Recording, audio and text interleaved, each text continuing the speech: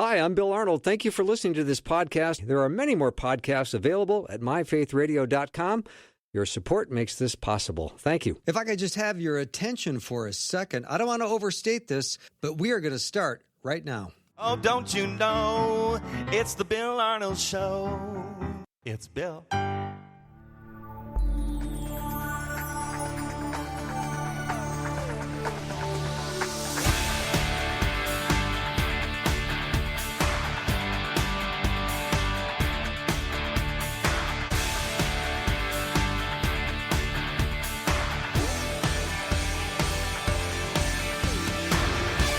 And a warm welcome to the Bill Arnold Show. I'm so glad that we're going to have some time together. I hope you've had a great day so far. I've got a very interesting in-studio guest. I have Dr. Doug Huffman with me. He's the Dean in the School of Theology and Ministry and Special Advisor to the President of the University of Northwestern. He is the real deal. How's that for an introduction? Wow, could you say all that again? I didn't have a recording. Yeah, very nice. It's true, though. You're an amazing mind. Wow. You got a lot of stuff going on. You are a comedian. Well, I get that. But you've got what's going on here at the university. You do consulting work with The Chosen. You got all kinds of stuff going on. Yeah, my older sister once described me as Doug busy? Oh, he's been that way since he was 4. Yeah. Okay. Well, so we're talking today about a bucket list. That's about as much heads up as you gave me. Yeah. Yeah.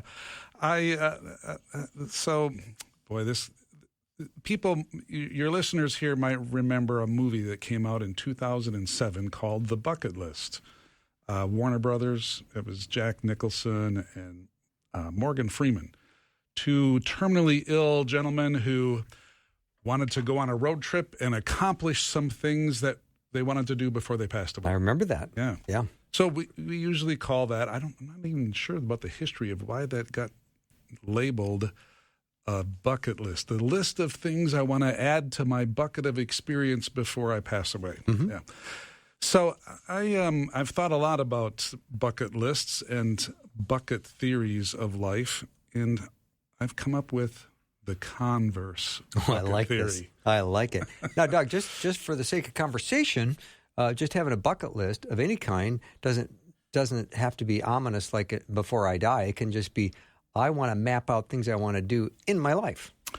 Yeah. What turns it into a bucket list is following this movie with Jack Nicholson and Morgan Freeman's characters, reaching this point in your life where you realize, I need to do that sooner rather than later. Okay. Yeah. I don't know. Our buckets get heavier towards the end of our lives, and what else is going to fit in there? What's that annoying sound I hear? Oh wait, it's a clicking clock. Yes.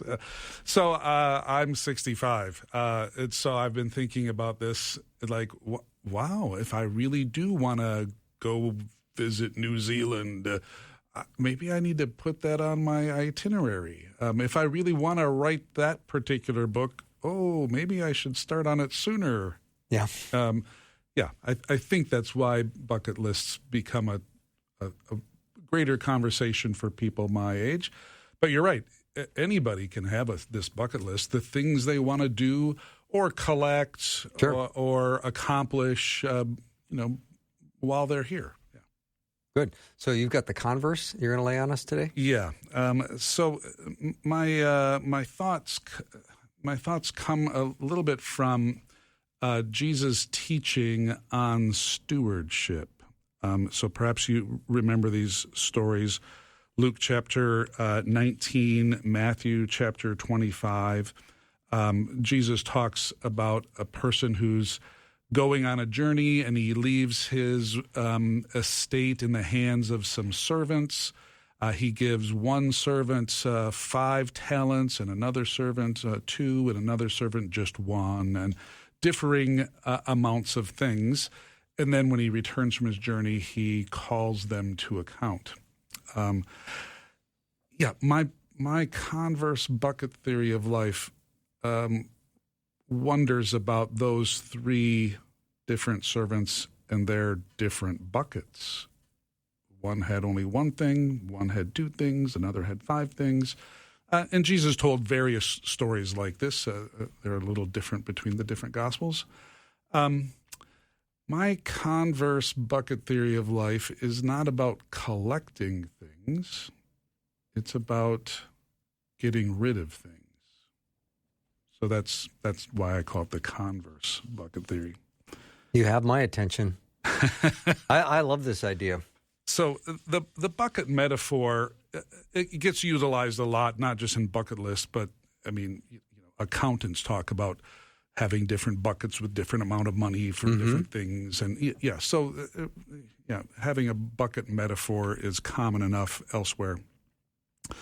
But my idea, the Converse bucket theory, is not that you start life with an empty bucket. The bucket list, normal bucket list theory, presumes that everybody starts with an empty bucket, and what do you want to collect before you die? And if you die with a full bucket, you're a winner. Yay, you've got everything on your list, and you filled up your bucket, and yay for you, and we celebrate your life. And I'm not against that. I have goals and things that I want to accomplish on this side of eternity, and that's a good thing. But I think the Converse bucket theory will help us engage with what Jesus teaches in the Gospels. The Converse bucket theory, I say, you're not born with an empty bucket. You're born with a full bucket, especially if you're born again. Yeah. You've been given things that the Lord wants you to be responsible to be a good steward of those things. And your goal in life should be to carry your bucket from station to station, taking things out of your bucket and applying it with generosity and wisdom to that station in life.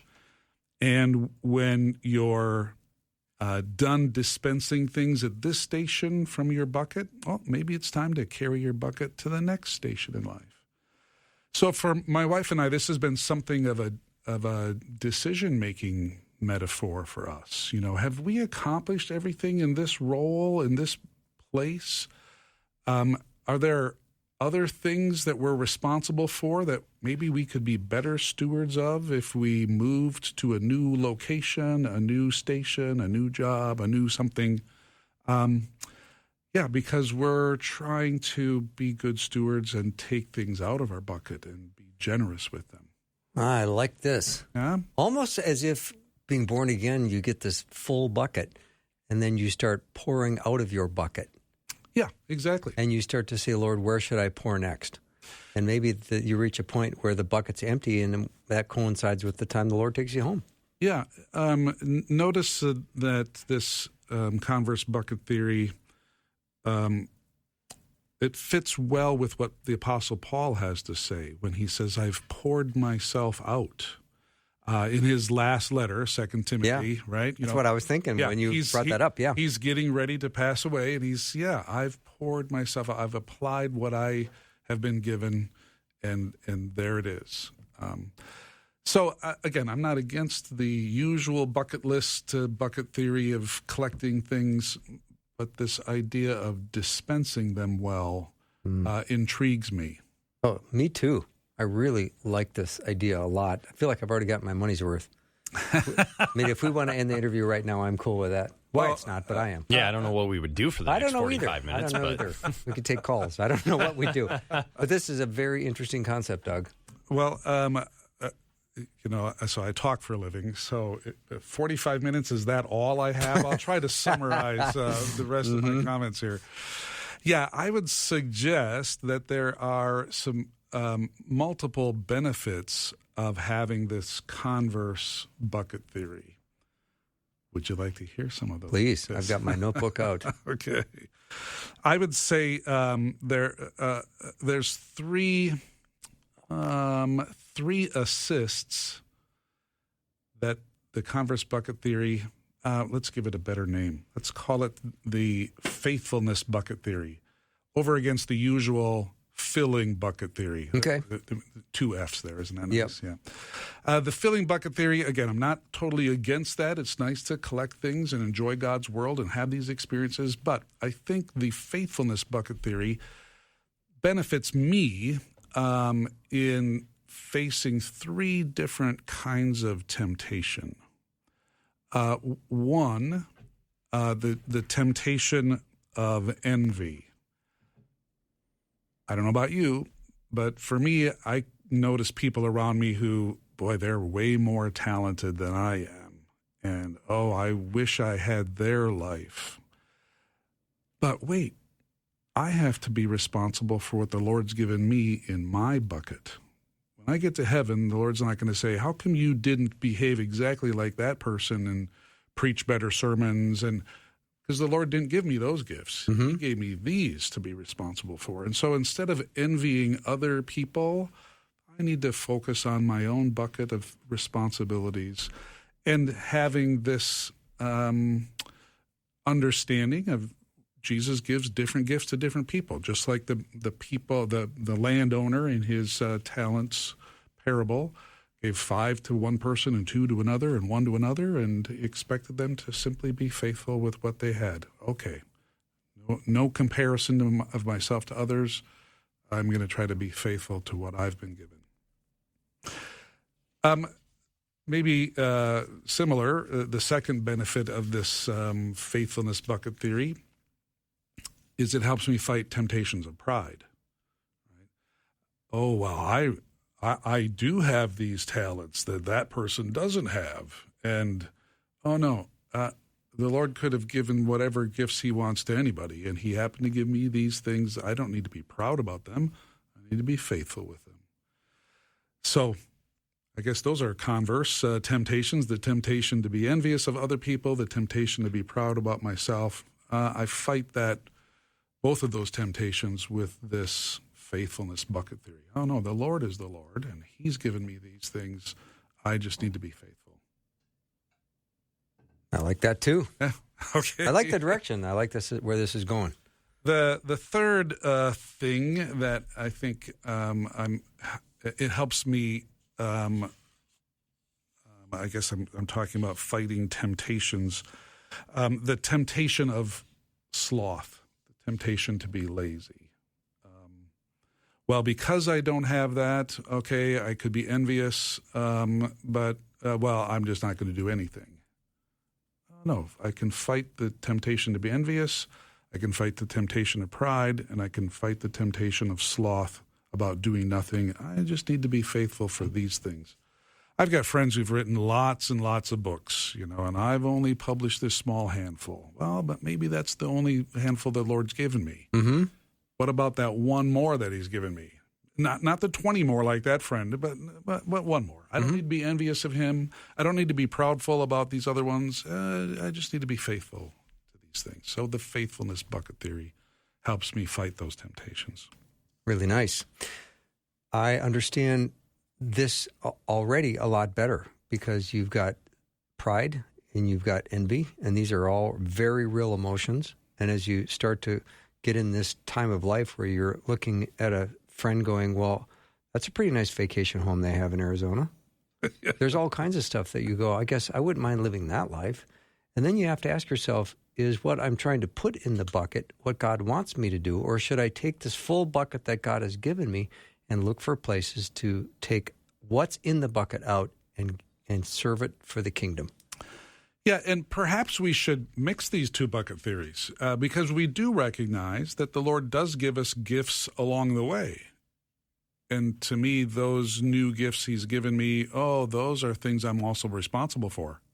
Can you give me an example on that? So, I've got a great career and a good income, and I enjoy this home. Am I using my home for just myself, or am I pouring myself out of my home to be generous with it and entertain other people?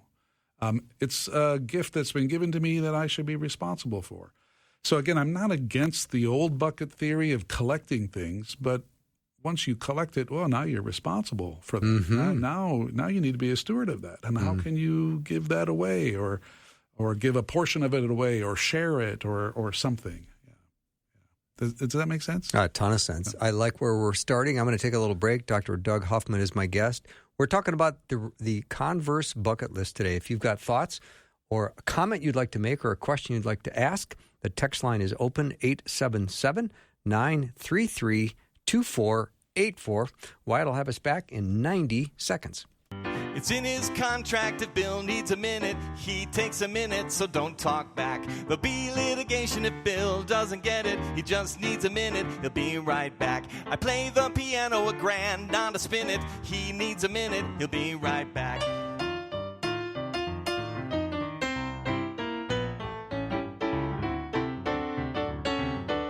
Hi, podcast listener. You know, I'm Bill Arnold, and my theme song says, "What's for dinner?" And like when I'm grilling, I'm paying really close attention. And I know that ideal second to get the food off the grill. Like all good and ideal timings in life, right now would be an ideal time to be a cheerful giver to Faith Radio. Give now to support this podcast so that more people in more places might come to saving faith in Jesus and grow in their relationship and become a fully devoted follower. Click the link in the show notes or give now at myfaithradio.com. Bill took a minute, and now he's back. I am back, and I'm back with Dr. Doug Huffman. He's the dean of the School of Theology and Ministry right here at the University of Northwestern. We're talking about the bucket list, but the Converse bucket list. I find this fascinating. You've given us little bucket props for Wyatt and I think that's just absolutely a great reminder of what we're supposed to do with what God has given us. Yeah. I'm not against the original bucket list idea of collecting experiences or things or accomplishments before one passes away. It's good to have goals and be goal-oriented, to do great things in your life and in your career and in your ministry. So I'm not against that. I just find it really helpful to me to have this converse theory that says, rather than merely collecting things, I need to be dispensing things. Yeah. I need to be giving things away faithfully. And so rather than bucket filling, I want to be faithful bucketing. Because, I hope this isn't too crass, but when I die, I want to kick an empty bucket. I love it. I want my faithfulness to be thorough for my life experience. Yeah, you can go home now because you've been poured out. Yeah. And that's how Paul talks about it there in 2 Timothy. Yeah, so to me that just resonates. Yeah. So having this converse bucket theory helps me fight temptations of envy of other people whose buckets have different things in them. It helps me fight the pride, recognizing that, I didn't just fill up my bucket myself. No, the Lord gave me these things. And it helps me fight the temptation to sloth about just laying about. But no, I need to be actively faithful for what the Lord's given me. Well, there's 3 other benefits, I think, of this converse bucket theory. And maybe those first 3 benefits are all about fighting temptation. These next 3 benefits of this converse bucket faithfulness theory are all encouragements, not assistance in help in fighting temptation, but encouragement. And so, for example, I think having this theory helps me trust in the Lord and relax a little bit. I like that. I don't need to fret about how successful somebody else is. I don't need to be comparing myself and my less than successfulness compared to them. I'm not responsible for what they have in their bucket. I'm responsible for what the Lord's giving me in my bucket. Psalm 37, David comments about, don't, let me see here. Be still before the Lord, wait patiently for him, fret not over the one who prospers in his way, over the man who carries out evil devices. Refrain from anger and forsake wrath. Fret not yourself. All of that's just going to tend towards evil. Relax. Look at what the Lord's given you in your bucket. Trust in him. Don't be comparing yourself to people who are carrying different buckets with different responsibilities. That's, I guess I'm confessing to you that I'm a competitive person and I can compare myself to others too easily. And having this Converse bucket theory about being faithful to what the Lord's given me, that helps me. Mm-hmm. So a second area of encouragement has to do with gratitude, right? Wow, looking in my bucket, I see the Lord has given me some really nice things that I need to just be thankful for. Mm-hmm. Not proud about, but thankful, recognizing He's the Lord who dispensed these things to me.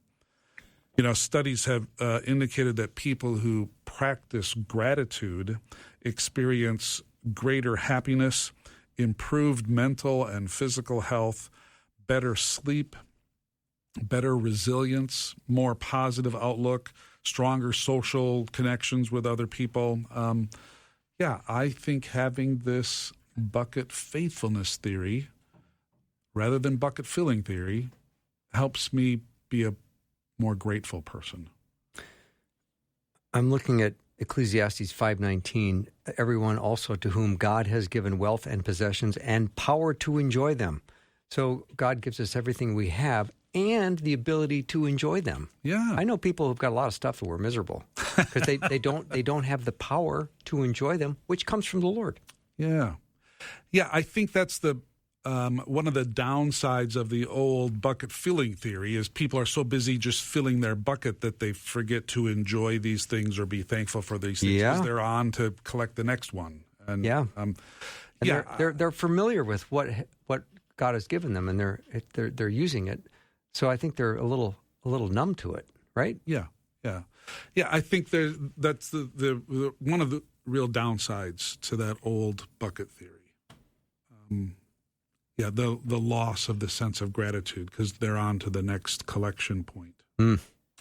So, well, a third point of encouragement that the bucket faithfulness theory gives me is related to the Ecclesiastes passage is just that it encourages celebration. I suppose gratitude is a kind of celebration, but I'm thinking of the celebration that just overflows with gratitude and encourages further generosity. And, you know, that was so fun. I'd like to be faithful with the next thing in my bucket. Mm-hmm. There's something wonderfully satisfying about being faithful that results in this celebration that becomes this engine to do it some more. So I think it's even fun then to help other people be faithful for their buckets.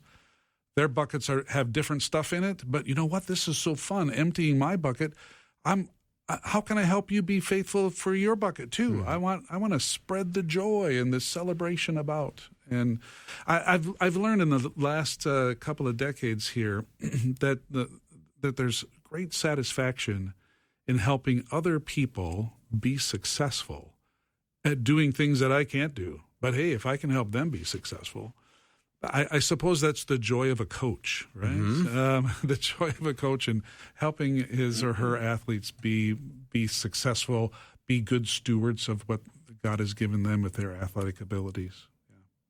You know, Doug, and I'm with you. I have no problem with the old style bucket version of trying to have as many experiences and things that you want to try to have in life. I mean, I always think though that when you're so desperate to do something as far as an experience goes, I always want to say the result of that experience. What comes as a result of that? So you can tell some beautiful stories to your kids and grandkids. So their lives will be enriched, or are you just trying to click a box saying, I went to Monaco before I died?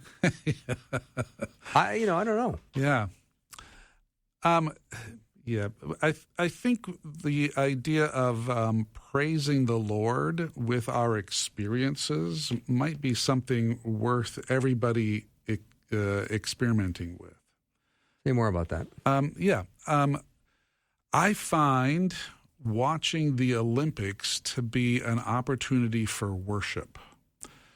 So I've never gone to the Olympic Games, either summer or winter, in person. but just watching the televised coverage of them, wow, the Lord has given these athletes these tremendous abilities, and I find myself worshiping the Lord who created them with that ability to do those things. Even the non-Christians who are utilizing their skills maybe don't realize that they're creating worship opportunities for me to praise the Creator. Well, if I did travel to visit the Olympics or other locations and see these marvelous things, the beauty of the Grand Canyon, those can be things that I collect in my bucket, in the first bucket theory, the bucket filling theory. Yeah. I want to go to New Zealand. I want to see the Grand Canyon. I want to, whatever. But maybe I should be emptying out that experience in this sense of celebration and joy and gratitude to the Lord who created these things, and then turn them, as you just said, into these conversation opportunities. Yeah. And then they become these gospel opportunities. But that's why I think this bucket faithfulness theory needs to be held in. If you're going to carry a bucket filling theory, you should carry, on the other hand, this bucket faithfulness theory. And collect those things, those experiences, those relationships, those accomplishments, but then be faithful stewards of those things and pour them back out. Fight off the temptations to envy and pride and sloth, and rather, with grateful hearts, relax and celebrate what the Lord, the gracious giver of all these things, has given you the opportunity to do, and help other people have that same kind of joyous celebration of life. I really like that perspective. Wyatt, you remember when we had Justin Jepson on, and he was talking about whenever you pray for something, you also want to include the words "so that." Yeah, that has stuck with me for a long time. It's stuck with me, too. It's about the fourth time I brought it up on the air. Right. Oh, say something more about that. So that. Yeah. Well, please heal Doug's knee. I don't know if you don't have any problems with your knee, but I'll just say I do. Do you really? Yeah, my left knee. Okay. So please heal Doug's knee so that he can be more effective for kingdom work. It takes all the attention off yourself. Yeah. Any selfish prayer you might be asking, and restructures your prayer so that it's for God's glory still. Oh, I love that. Yeah, That's so my thought is, fantastic. okay, you've got an experience on your bucket list.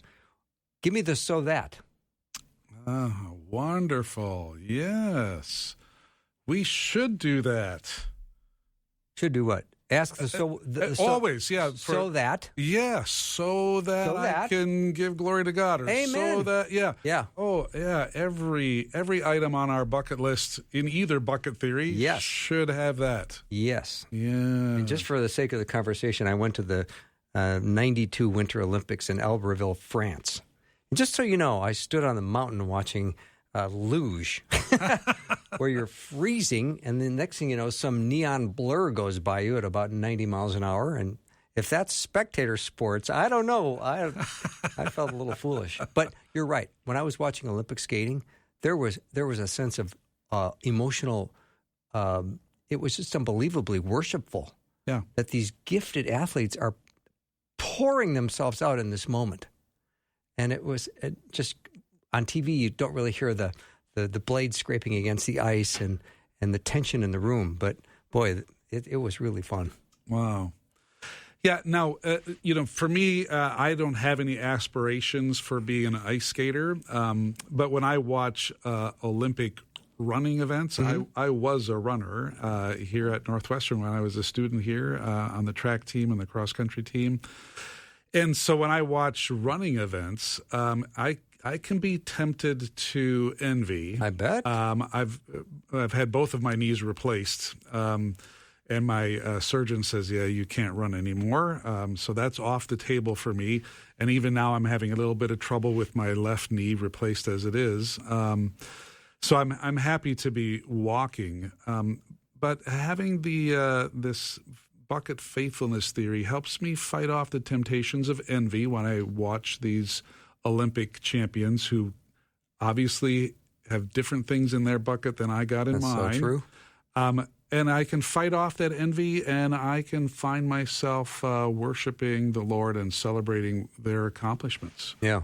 I'm happy for the victories I had back in the day. Sure. Yeah. So I've told people that at one time at Northwestern, I had 6 different running records.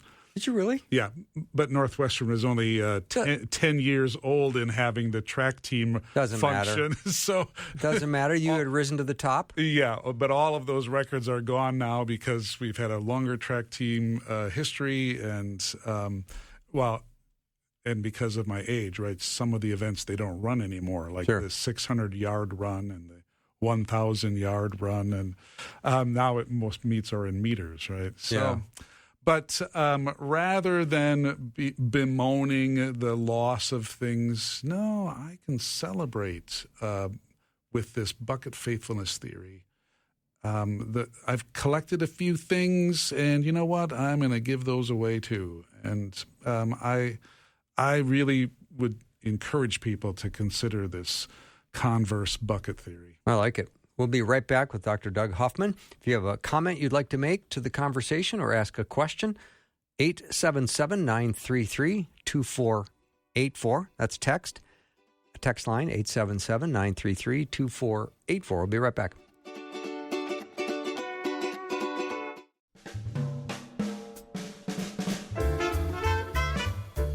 I'm back with Dr. Doug Huffman. Wyatt, how would you describe the topic today? Something that keeps you on the edge of your seat the entire time, keeps you engaged, keeps you interested, and leaving you wanting more. All right, we're talking about a bucket list, but Doug's talking about a Converse bucket list. So let's just say you're born again. God gives you a bucket that's full, and you take that bucket and then you start dispensing what's in it. And probably towards the end of that time when the bucket's empty is probably a perfect time that the Lord might take you home if you're serving Him and expanding the kingdom. Yeah, that's right. I've been saying that this having this approach, this bucket theory, helps me fight off temptation and also helps me relax and celebrate and worship the Lord better. It occurs to me, we were just talking off the air about 1 Corinthians chapter 3. The Apostle Paul was challenging the church in the city of Corinth and saying, you guys have clustered up into these groups. Some of you want to follow Apollos, some of you want to follow Paul, some of you want to follow Peter. And Paul challenges him on that. He says that kind of competition, that doesn't belong in the church. And he says this, what is Apollos and what is Paul? Servants through whom you have believed, as the Lord assigned to each.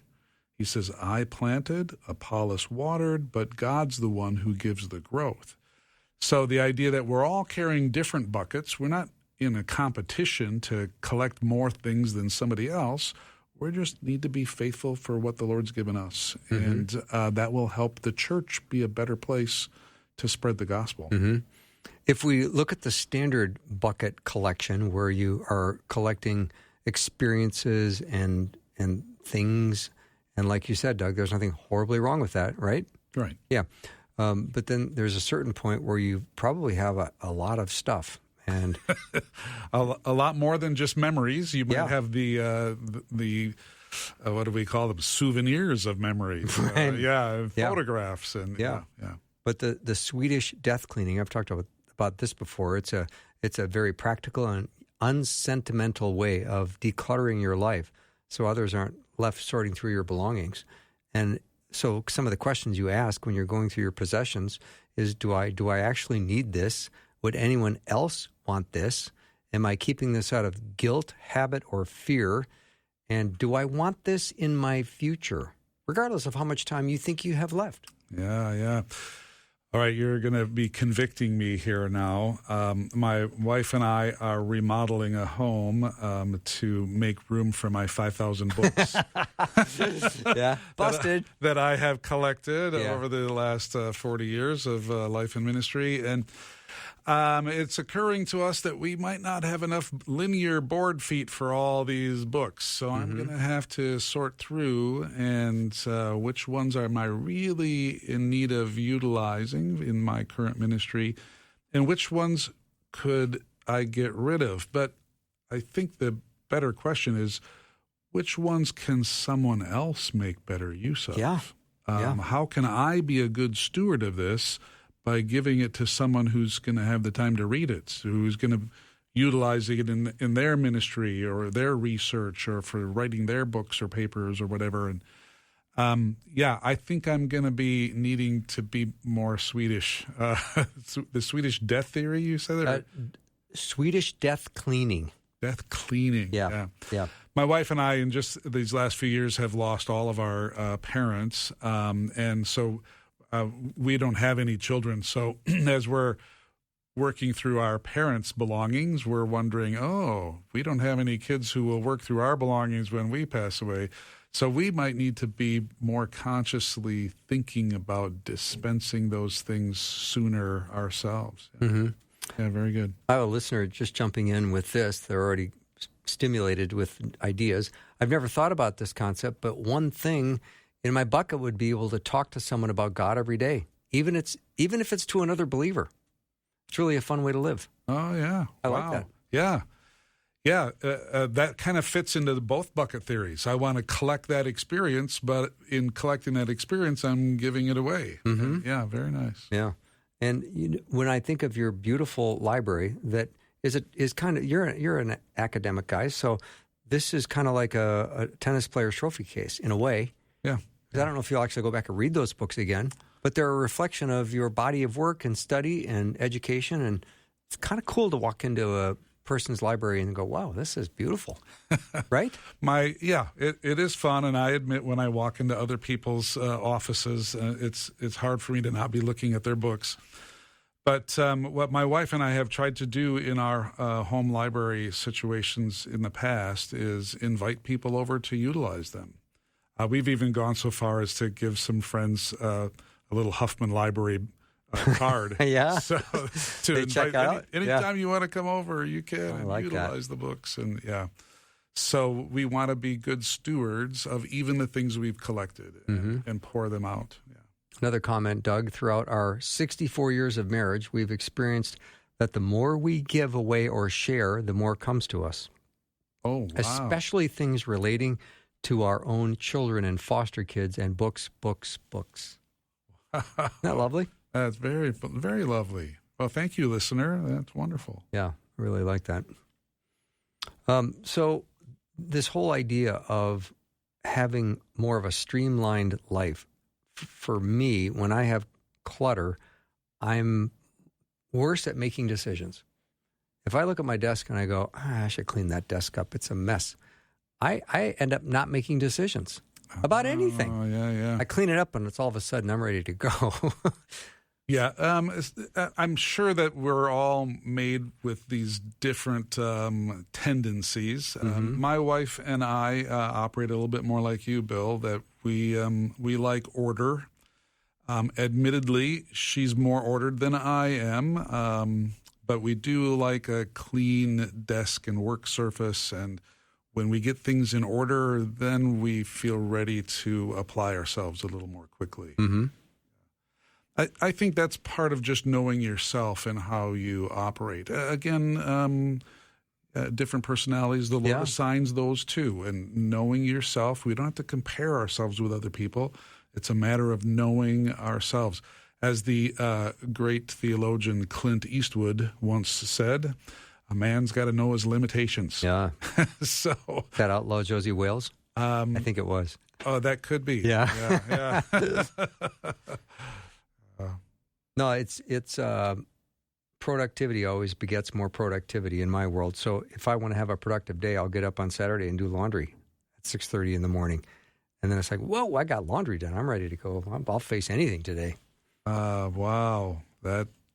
That's impressive. So I guess... or is that a problem? I don't know. Well, I wake up with what I would call a bucket of energy. And then I don't want sloth to kick in, because sloth does kick in on certain Saturdays where I don't want to do anything. But when I start becoming productive, I find that bucket refills, and I've got more energy. Ah, yeah, very nice. Yeah, we fight our comparison with other people. The Lord's blessed them with that. I can celebrate their bucket. They're responsible for it. I'm not. What am I responsible for? I like that. Yeah. How does that make you feel, Wyatt? Nice and calm? Oh, absolutely. Yeah. Yeah, this is great stuff. I've enjoyed this right from the get-go today. Learning a lot, and I think it's something we all can kind of apply into our lives. It's a different way to look at it for sure. Yeah. The Apostle Paul says in his 2 Corinthians letter, chapter 9, verse 10, he says, "He who supplies seed to the sower and bread for food will supply and multiply your seed for sowing and increase the harvest of your righteousness." Again, an agrarian metaphor, but farmers use buckets. God's the one who gives the seed for the farmer to sow, and the farmer who just collects it and holds it in his bucket, not being a very good farmer. Yeah, and the seed rots and it doesn't get used.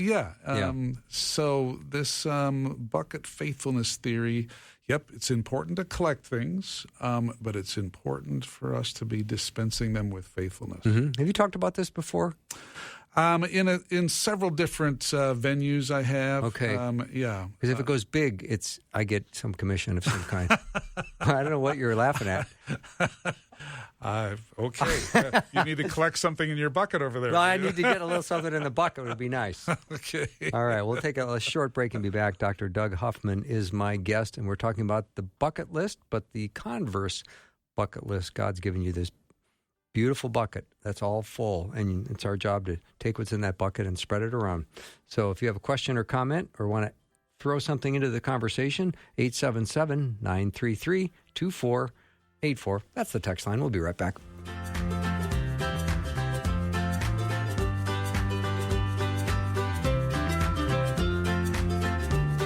You might be the kind of person that goes to Paris and still listens to Faith Radio on the app.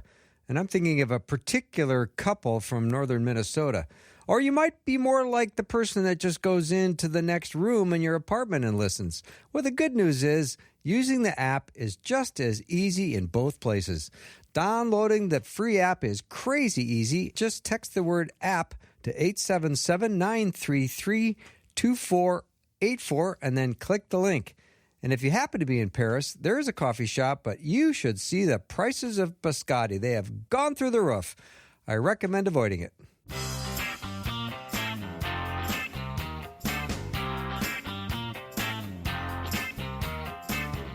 We're back with Dr. Doug Huffman talking about the bucket list. Doug, what was that song you heard at church yesterday? Yeah, we were singing a worship song that I'd never heard before, and suddenly the lyrics were really rather frank. They said, in praise to the Lord, it says, "I'm not dead yet, so you must not be done." Amen.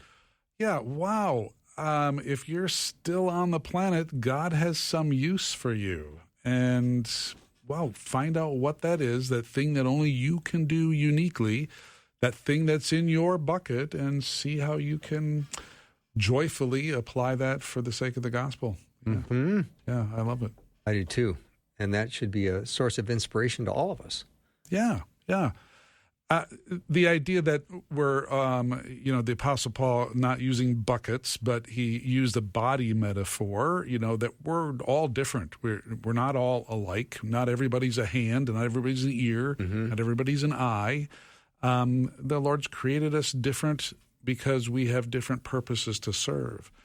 And that helps me fight envy of other people when I compare myself to them. And, I go to these academic conferences for biblical and theological studies, and I walk through the book exhibit hall, and I go, well, there's a book I didn't write, and there's another book I didn't write, and there's one my friend wrote that I didn't write, and and boy, it just could feed my envy and my pride and my sloth, and no, I'm responsible for what the Lord's given me in my bucket. What do I have in here that I could faithfully utilize? And now I can celebrate my friend's book.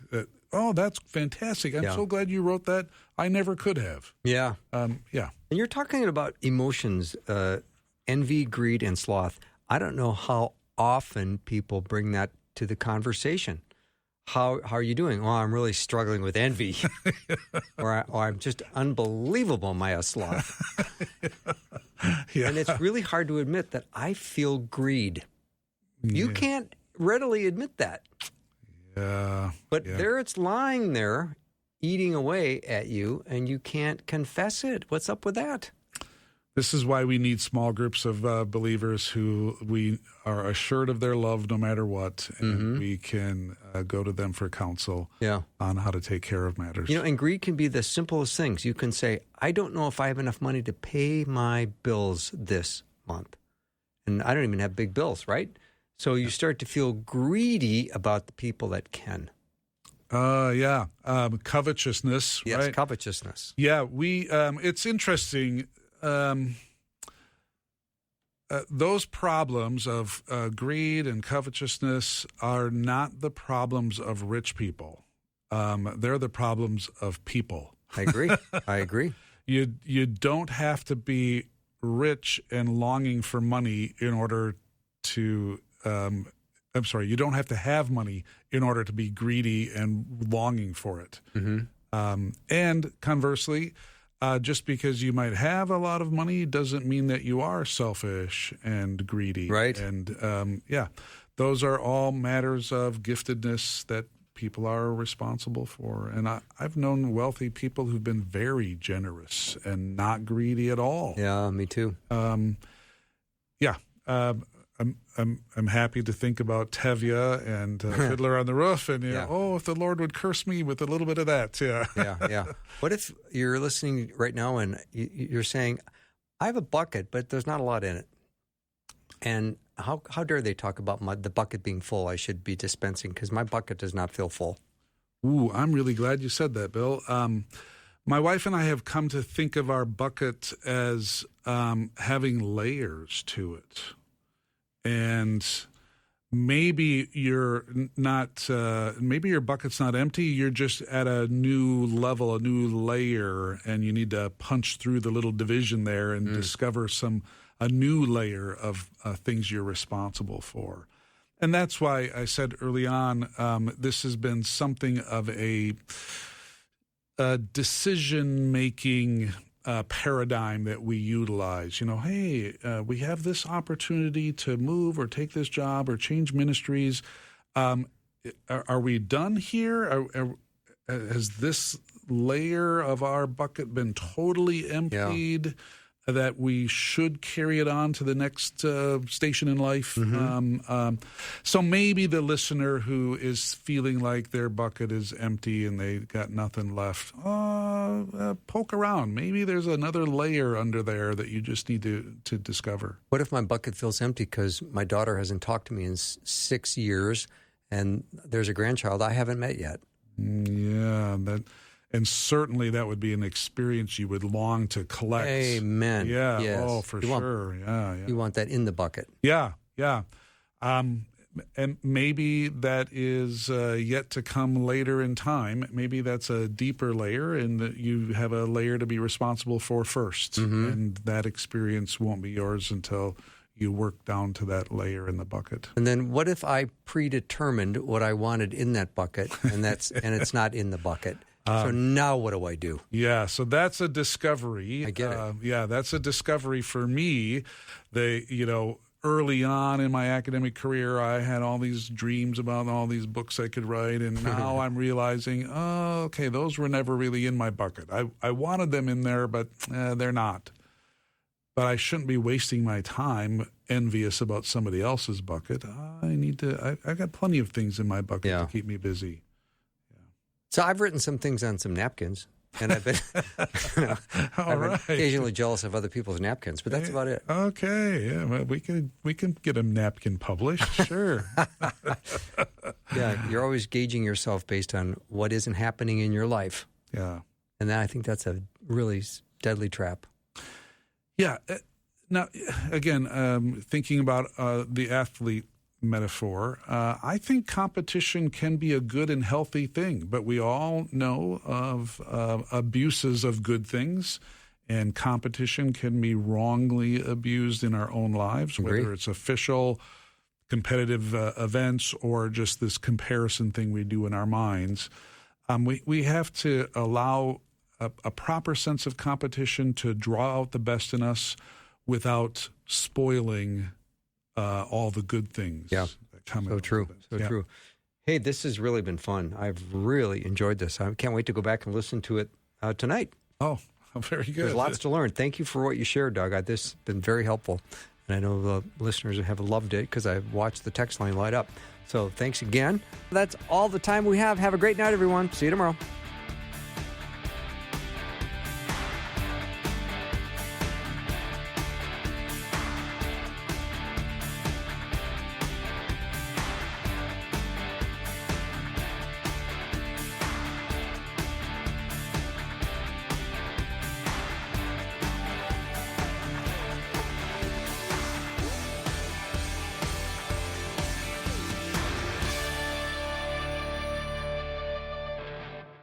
Thanks for listening. Programming like this is made available through your support. Information available at myfaithradio.com.